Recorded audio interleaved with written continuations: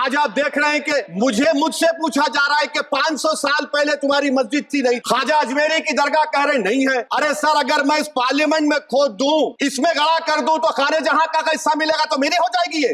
आप बताइए, तब्दीली मजहब का कानून, तब्दीली मजहब, मैं तब्दील मजहब नहीं कर सकता। सरकार से पूछना पड़ेगा मुझे अपना मजहब बदलने के लिए। अगर अंबेडकर आज जिंदा होते तो बाबा साहब को भी कहते कि आप जाकर परमिशन लो, तब मजहब बदलना पड़ेगा आपको। ये हालात आज यहाँ पर पैदा हो चुकी है। कई रियासतों ने ऐसा कानून बना दिया कि आप ये नहीं खा सकते, आप वो नहीं खा सकते। कि हरियाणा, राजस्थान में पुलिस की इख्तियारात गौरक्षक को दे दिए और उन इख्तियारात का बेजा इस्तेमाल मॉब लिंचिंग में हुआ। एक लड़का था साबिर मलिक बंगाल का, मार के पीट कर मार दिया गया। क्यों? क्योंकि उसने बीफ खाया, बाद में मालूम नहीं खाया। सर, आज मेरी बेटियों को गवर्नमेंट के एजुकेशन इदारों में हिजाब पहनने से रोका जा रहा है। वजीर आजम कहते हैं कि वक्फ का ताल्लुक संविधान से नहीं है। अरे कौन पढ़ा रहा है वजीर आजम को? आर्टिकल 26 पढ़ा लीजिए। Asauddin Owaisi.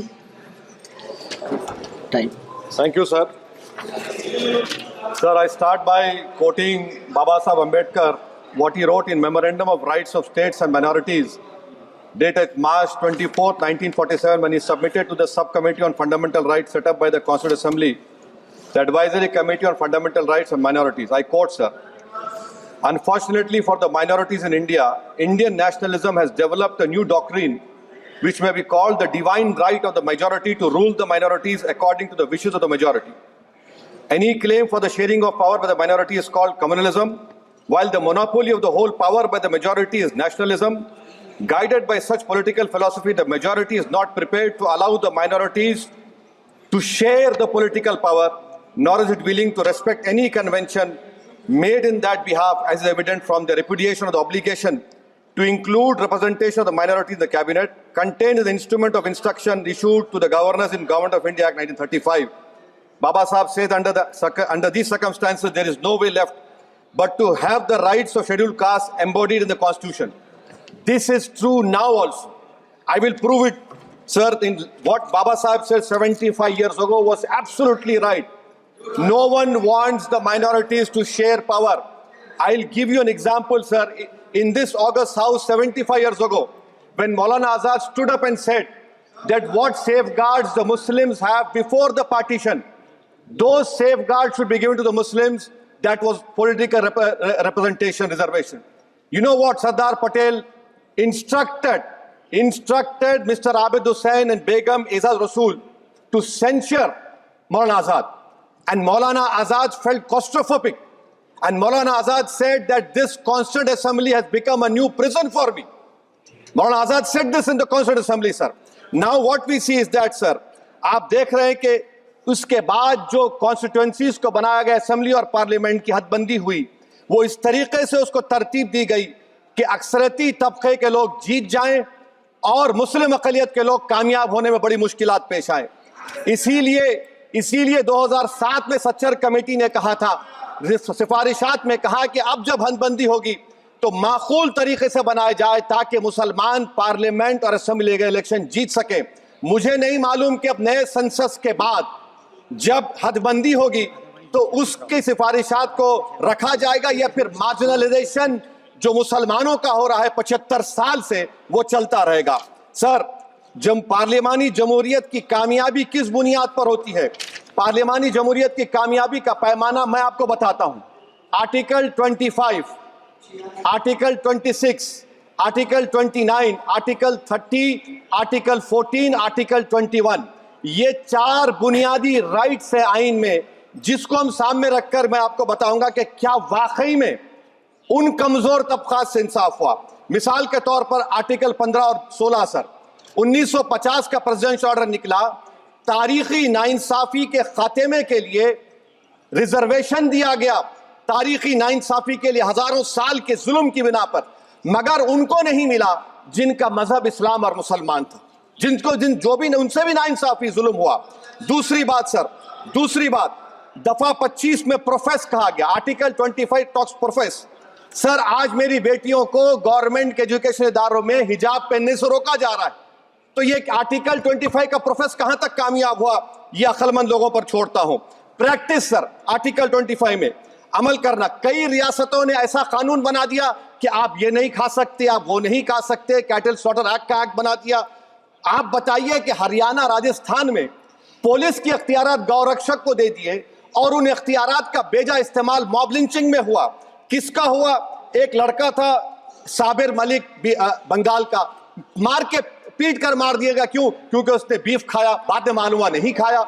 जुनैद और नसीर को गाटमीका के थे, उनको जिंदा जला दिया गया। सर फिर प्रोपगेट, आप ये आर्टिकल 25 का 3rd सेक्शन प्रोपगेट, आज आप देख रहे हैं कि मुझसे पूछा जा रहा है कि 500 साल पहले तुम्हारी मस्जिद थी नहीं थी। ख्वाजा अजमेरी की दरगाह कह रहे नहीं है। अरे सर, अगर मैं इस पार्लियामेंट में खोद दूं, इसमें गड़ा कर दूं, तो खाने जहां का हिस्सा मिलेगा तो मेरी हो जाएगी ये। आप बताइए। अब आप देखिए ये प्रोपगेट क्या हो रहा है। अच्छा, जो तब्दीली मजहब का कानून, तब्दीली मजहब, मैं तब्दील मजहब नहीं कर सकता, सरकार से पूछना पड़ेगा मुझे अपना मजहब बदलने के लिए। अगर अंबेडकर आज जिंदा होते तो बाबा साहब को भी कहते कि आप जाकर परमिशन लो, तब मजहब बदलना पड़ेगा आपको। ये हालात आज यहां पर पैदा हो चुकी है। सर आर्टिकल 26 देखिए, it gives religious denomination the right to establish and maintain institution for religion charitable. वजीर आजम कहते हैं कि वक्फ का ताल्लुक संविधान से नहीं है। अरे कौन पढ़ा रहा है वजीर आजम को? आर्टिकल 26 पढ़ा लीजिए। आर्टिकल 26 की बात कही गई। मकसद क्या है कि वक्फ की जायदादों को अक्सरियती तबके के लिए छीन कर दे दिया जाए। आप अपनी ताकत की बुनियाद पर छीनना चाह रहे हैं। सर दफा 29 पे आ जाइए, आर्टिकल 29। लैंग्वेज का, जबान का तहफ्फुज़ है। उर्दू को खत्म कर दिया गया, वो उर्दू जिसके हमारे मुजाहिदीन आजादी नारा दिया था, इनकलाब जिंदाबाद का, उस जबान को आप खत्म कर रहे हैं। कल्चर, आप कल्चर की बात इनसे पूछ लीजिए, वो बोलेंगे नहीं, हमारा जो कल्चरल नेशनलिज्म है वो कल्चरल नेशनलिज्म नहीं है बीजेपी का, वो कल्चरल नेशनलिज्म आला जात का हिंदुत्व का नेशनलिज्म है, जो भारत के इंडियन नेशनलिज्म से बिल्कुल मुख्तलिफ है। सर अब आप आ जाइए, सर आर्टिकल 30 पे आ जाइए। सर आर्टिकल 30 पे आ जाइए। सर आर्टिकल 30 में माइनॉरिटीज को राइट दिया गया। This house has passed a law in 1981 to give marks at AMU. This government went to the Supreme Court and said, no, we'll oppose minority status. This house voice was suppressed in the Supreme Court, sir. That is why I say that the executive has argued contrary to the parliament. Sir, right to life. Right to life तो उस वक्त भी था। मैं आपको मिसाल दे रहा हूँ। सर दिसंबर 63 में, 63 में कश्मीर में रसूलुल्लाह सल्लल्लाहु अलैहि वसल्लम के मुंह मुबारक की चोरी हुई तो पूरे देश में, sir only 2 minutes, Please, I know. Only 2 minutes, sir. Please, sir, only 2. Time is not the Prime Minister. Sir, I'm concluding. I'm concluding. Please, he has to reply. Listen to me, sir. Sir, my Shikwa Hind Bayan. 1 minute. I'll conclude, sir. 2 minutes. Now, in Article 20, after that in 63, 8 lakh Muslims were pushed into East Pakistan. What has changed? Please tell me. 2013 Muzaffarnagar, 50,000 were shifted. Sir, riots happened. Nelli massacre. Hashimpura, Maliana, Mumbai 93, Ahmedabad 69, Gujarat 2002, 22, Delhi 84, Delhi. Nothing has changed, sir. Lastly, sir. Please. Lastly, sir. On judiciary, sir, sir, I'm concluding. On judiciary, sir. CAA is not being heard. 2 sitting chief ministers get bail, but Stan Swamy died in the prison, sir. That is why I say the institution functioning of Obviously, please accountability. And lastly, sir, just now Ravi Shankar Prasad quoted a book. In that book, there's a Tipu Sultan also. Okay. That is, sir, I'm concluding by reciting a share. On this I conclude, sir. Nisar में तेरी गलियों के वतन के जहां चली है रस्म के कोई ना सर उठा के चले, जो कोई चाहने वाला तवाफ को निकले नजर चुरा के चले। सर हम जिस्म और जान बचा के चले, बहुत है जुल्म दस्ते बहाना के लिए। सर हम जो चंद अहले जुरू तेरे नाम ले वाले इख्तिदार की कुर्सियों पर बैठने वाले जो लोग थे और है वो इंटेलेक्चुअली डिसऑनेस्ट है। संविधान सच्चा है।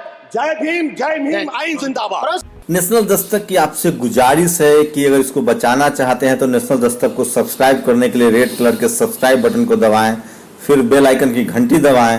नेशनल दस्तक को बचाने के लिए बहुत जरूरी है कि हर खबर को शेयर करें, लाइक करें, कमेंट जरूर करें।